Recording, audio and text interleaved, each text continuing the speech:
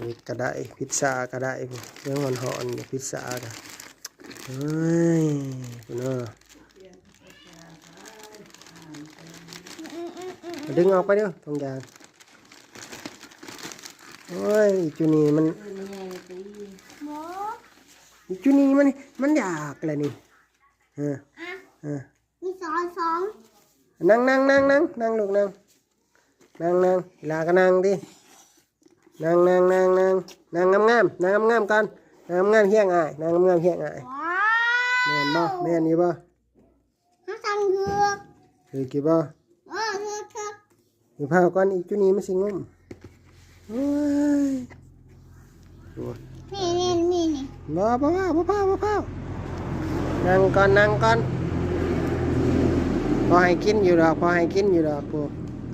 เอ้ยพวก เฮ้ย ลูกคอยกระยาคือกัน นอน ขอบใจพอแล้วบ่ขอบใจแม่ เห็นอะไรย่อมือดีๆขอบใจเพื่อนพอหลวง ใจ